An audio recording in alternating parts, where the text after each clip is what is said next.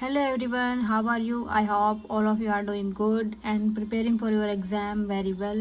तो आज की हम वीडियो में करने वाले हैं इकोनॉमिक्स के बेसिक कॉन्सेप्ट। बेसिक जो इकोनॉमिक्स की शुरुआत हम करेंगे आज। तो सबसे पहले जो इकोनॉमिक्स है वो एक ग्रीक वर्ड ओइकोनॉमिक्स से शुरुआत हुई है। तो इकोनॉमिक्स कहाँ से? ग्रीक वर्ड से बना है ओइकोनॉमिक्स। उसका मतलब था हाउस होल्ड मैनेजमेंट, कि हम घर की जो हाउस होल्ड की चीज़ों का मैनेज कैसे करते हैं, घर के डेली यूज़ के खर्चों को मैनेज करना, उससे ही इकोनॉमिक्स की शुरुआत हुई और उसके बाद ही ये पूरे कंट्री लेवल पे, वर्ल्ड लेवल पे पॉपुलर हुआ। तो सबसे पहले घर की मैनेजमेंट की जो शुरुआत है वहीं से इकोनॉमिक्स की शुरुआत होती है। तो इकोनॉमिक्स जो टर्म है उसको दो पार्ट में डिवाइड किया जाता है। एक होता है micro economics and second is macro economics. Micro economics होता है जो छोटे लेवल पे, हम इंडिविजुअल यूनिट के लेवल पे, कि हर एक अलग अलग इंडिविजुअल के बारे में अगर हम रिसर्च करें, उसके बारे में हम स्टडी करें कि एक छोटे से डिसीजन से एक इंडिविजुअल को, एक इंडिविजुअल घर को, एक इंडिविजुअल कंज्यूमर को क्या इफेक्ट हुआ उसके ऊपर, कि अगर चाय का प्राइस बढ़ा तो उससे चाय खरीदने वाले हर एक इंसान पे क्या क्या फ़र्क पड़ा। तो उसको हम कवर करते हैं माइक्रो इकोनॉमिक्स में। सेकेंड वन होता है मैक्रो इकोनॉमिक्स। मैक्रो इकोनॉमिक्स में हम कवर करते हैं ब्रॉडर इकोनॉमिक व्यू से, कि पूरे ब्रॉड लेवल पे उससे इकोनॉमी में क्या डिफरेंस हुआ। जैसे कि अगर हमने कोई डिसीजन लिया, कोई प्राइस इंक्रीज किया, तो उससे पूरी कंट्री की नेशनल इनकम पे क्या फ़र्क पड़ा, पूरे एज अ नेशन ले, एज अ पूरा ग्रुप ले, तो हम उसको बोलते हैं मैक्रो इकोनॉमिक्स। माइक्रो होता है माइन्यूट लेवल पर, हर एक छोटी छोटी चीज़ों में। मैक्रो होता है बड़े लेवल पे एक साथ। तो इसमें माइक्रो इकोनॉमिक्स और माइक्रो इकोनॉमिक्स के बारे में हम डिटेल में आगे आने वाली फ्यूचर वीडियोज़ में भी डील करेंगे। तो अब हम करते हैं बेसिक जो चीज़ें जहाँ से हम इकोनॉमिक्स की शुरुआत होते हैं। तो सबसे पहले बेसिक में हमारे पास आता है लॉ ऑफ डिमांड। इकोनॉमिक्स में दो लॉ होते हैं। एक होता है लॉ ऑफ डिमांड और दूसरा होता है लॉ ऑफ सप्लाई। सप्लाई का लॉ और डिमांड का लॉ। तो डिमांड के लॉ को अगर हम देखें तो उसके लिए हमें देखना पड़ेगा एज अ कंज्यूमर, कि हम कोई सामान कंज्यूम करते हैं तो उसके पॉइंट ऑफ व्यू से हम लॉ ऑफ डिमांड देखेंगे। और जब हम सप्लाई देखेंगे तो सप्लाई हमें देखना होगा प्रोड्यूसर की तरफ से। तो एज अ प्रोड्यूसर बन के हम लॉ ऑफ सप्लाई को सोच सकते हैं। तो लॉ ऑफ डिमांड में क्या होता है कि अगर किसी चीज़ का प्राइस बढ़ जाए तो उसकी डिमांड कम हो जाती है। जैसे ये ग्राफ शो हुआ है, पी क्या है प्राइस और क्यू क्या है क्वांटिटी। कि अगर किसी चीज़ का प्राइस इंक्रीज हुआ, प्राइस जैसे जैसे बढ़ा तो क्वांटिटी कैसे होगी, वैसे वैसे कम होती चलेगी। और प्राइस जैसे जैसे कम हुआ तो वैसे वैसे क्वांटिटी बढ़ती चलेगी। प्राइस यहाँ था, क्वांटिटी यहाँ थी, प्राइस यहाँ पे आ गया, कम हो गया, तो क्वांटिटी उसकी यहाँ पे बढ़ गई। तो प्राइस कम हुआ तो क्वांटिटी बढ़ गई। प्राइस ज़्यादा था तो क्वांटिटी कम थी, प्राइस कम हुआ तो क्वांटिटी बढ़ गई। तो जैसे जैसे क्या है, इनको बोलते हैं इन्वर्सली प्रोपोर्शनल, मतलब एक दूसरे के अपोजिट होते हैं। अगर किसी भी चीज़ का प्राइस बढ़ेगा तो उसकी डिमांड कम हो जाएगी। मान लीजिए कि जैसे हम घर पे कुछ सामान खरीदने जाते हैं, तो मान लीजिए किसी भी खाने पीने की चीज़ का अगर प्राइस बढ़ जाता है तो उसकी क्वांटिटी क्या होती है, हम उसकी डिमांड क्या करते हैं, कम करना शुरू कर देते हैं, कि चलो थोड़ा यूज़ करो। इसको बोलते हैं लॉ ऑफ डिमांड। सेकंड है लॉ ऑफ सप्लाई। सप्लाई का लॉ क्या होता है, प्रोड्यूसर की तरफ से देखा जाता है, कि जैसे अगर किसी चीज़ का प्राइस बढ़ेगा तो उसकी सप्लाई भी बढ़ जाएगी। मान लीजिए कोई क्या है, फैक्ट्री वाला है, कोई क्या मैन्युफैक्चरिंग करता है, तो अगर किसी पर्टिकुलर चीज़ का प्राइस बढ़ जाए तो फिर वो क्या करता है कि मुझे एक्स्ट्रा प्रॉफिट होगा, तो वो उसकी सप्लाई को बढ़ा देता है। अब अगर बहुत सारे हम में से क्या होता है कि हम एक एग्रीकल्चर इकोनॉमी है, तो एग्रीकल्चर में भी पॉइंट ऑफ व्यू से देखा जाए कि अगर मान लीजिए कहीं पे चावल की खेती होती है, तो एक साल क्या हुआ कि चावल के प्राइस बढ़ गए। चावल के प्राइस बढ़ने क्या होगा, अगले ही सीजन में जो किसान है चावल की खेती और करना शुरू कर देगा, ये उम्मीद करके कि अब की बार भी चावल का प्राइस बढ़ेगा तो मेरा क्या होगा, प्रॉफिट भी बढ़ेगा। तो इसलिए जैसे प्राइस बढ़ेगा वैसे उसकी सप्लाई भी बढ़ जाएगी। कोई मैन्युफैक्चरर है, अगर पहले किसी प्रोडक्ट की कीमत, ये मान लीजिए कि एक प्रोडक्ट था, इसकी कीमत पहले 10 रुपये थी, अब उसकी कीमत बढ़ के 20 रुपये हो गई है, तो फिर जो मैन्युफैक्चरर है, जो फैक्ट्री में उसको बनाता है, तो उसको क्या करेगा, उसकी सप्लाई बढ़ा देगा, कि जब ये महंगा बिकने लग गया है तो मैं इसकी सप्लाई बढ़ा दूँ ताकि मुझे और प्रॉफिट हो सके। इसको बोलते हैं लॉ ऑफ सप्लाई। प्राइस बढ़ने से सप्लाई भी बढ़ जाती है ताकि एक्स्ट्रा प्रॉफिट कमाया जा सके। आगे आता है पॉइंट जो है मार्केट इक्विलिब्रियम। मार्केट इक्विलिब्रियम क्या होता है कि अगर डिमांड और सप्लाई इक्वल हो जाए तो उसको बोलते हैं मार्केट इक्विलिब्रियम में है, कि जितनी हमें डिमांड चाहिए, जो क्वांटिटी हम डिमांड कर रहे हैं उतनी ही क्वांटिटी की सप्लाई भी है, तो वो मार्केट इक्विलिब्रियम की कंडीशन में आ जाती है। और जो कर्व जो बनाते हैं, ये डिमांड की कर्व है, सप्लाई, मान लीजिए कि सप्लाई की कर्व है और ये ये डिमांड की कर्व है, ये सप्लाई की कर्व है, तो उसका जो इंटरसेक्शन होता है तो उसी पे क्या होता है, मार्केट का प्राइस डिसाइड होता है। तो उसको ये क्या होता है, मार्केट इक्विलिब्रियम की कंडीशन से ही सब चीज़ें गवर्न होती है। नेक्स्ट चीज़ है इलास्टिसिटी। इलास्टिसिटी होती है कि एक चीज़ के डिफरेंस होने से, मान लिया कि किसी के प्राइस इंक्रीज या कम ज़्यादा होने से उसकी डिमांड पे क्या फ़र्क पड़ता है, तो उसको हम बोलते हैं इलास्टिसिटी होना। कि अगर किसी का प्राइस बढ़ने से प्राइस बढ़ गया, अगर किसी चीज़ का प्राइस बढ़ गया और उसकी जो डिमांड थी वो भी बहुत ज़्यादा बढ़ गई, तो वो क्या बहुत ज़्यादा इलास्टिक है। लेकिन अगर प्राइस बढ़ गया और डिमांड कम हो गई या फिर बढ़ी ही नहीं, कम तो खैर बहुत होती रहती है, तो वो लॉ ऑफ डिमांड से ही गवर्न होगी। तो लेकिन अगर किसी चीज़ का प्राइस बढ़ने से उसकी डिमांड पे ज़्यादा फर्क नहीं पड़ा, तो उसको क्या बोलेंगे हम, इन इलास्टिक। तो वो क्या होगा, in elastic.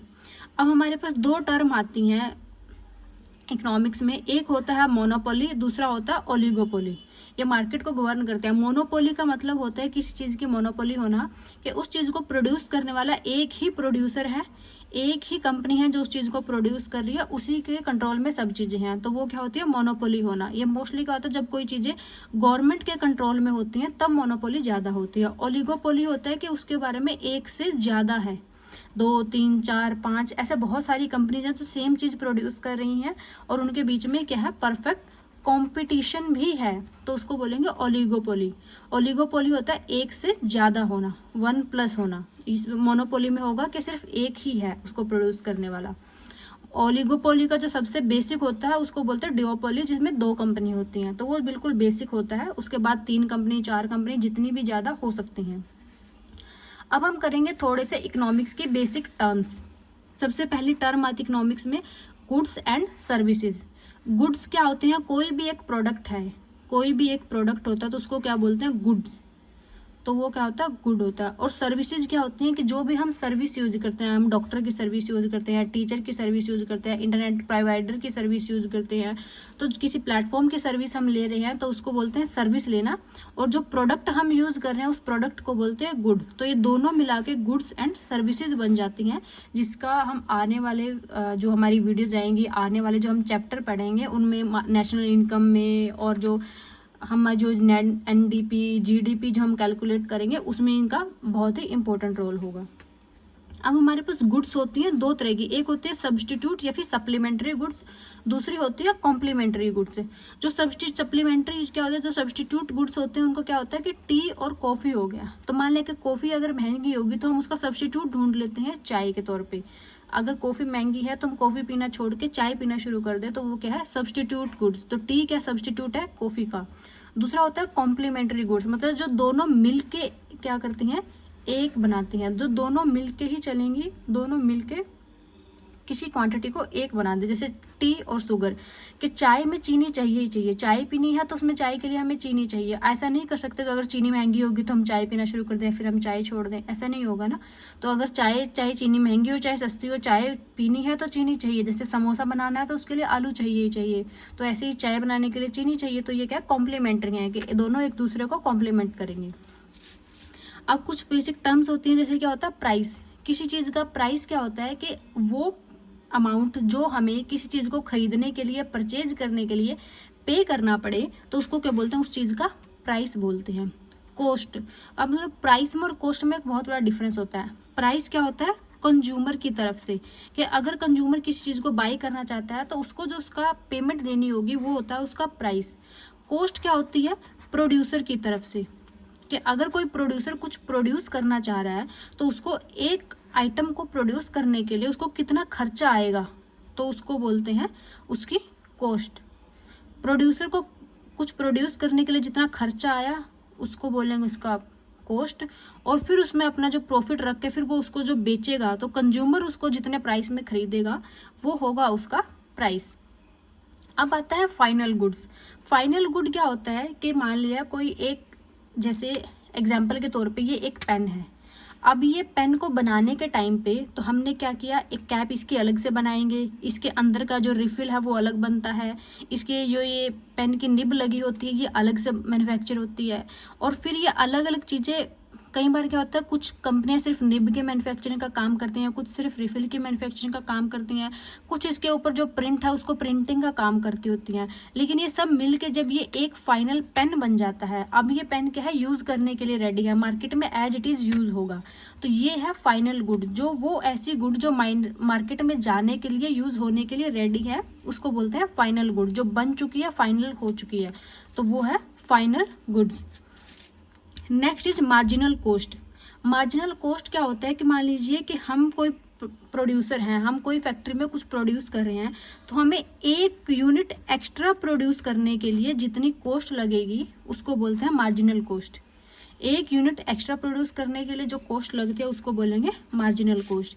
Next is fixed assets. Fixed asset क्या होते हैं, जो किसी कंपनी के फिक्स्ड होते हैं एसेट्स। मान लीजिए वहाँ पे जो क्या है, किसी फैक्ट्री में अगर हम एग्जांपल लें तो फैक्ट्री में मशीन्स होती हैं, तो जो मशीन्स होती हैं वो वहाँ की फिक्स्ड हैं, जिनको हम 1 साल से प्लस में यूज़ करेंगे। एक जो उसकी जो फाइनेंशियल ईयर होता है, जो उसका मैन्युफैक्चरिंग ईयर होता है, 1 साल से ज़्यादा हम किसी एसेट को यूज़ करें तो वो उसका क्या होता है, फिक्स्ड होता है। जैसे उसकी जो प्लॉट है, उसका जो मशीन्स हैं, वो लगातार सालों साल यूज़ होंगी, तो उनको बोलते हैं फिक्स्ड एसेट्स। मान लीजिए जैसे रॉ मटेरियल होता है, रॉ मटेरियल बनेगा, जो प्रोडक्ट बनेगा, रॉ मटेरियल यूज़ होगा और रॉ मटेरियल यूज़ होने के बाद वो ख़त्म हो जाएगा, तो वो क्या है, वो फिक्स्ड एसेट नहीं है, वो टेंजिबल एसेट्स हैं।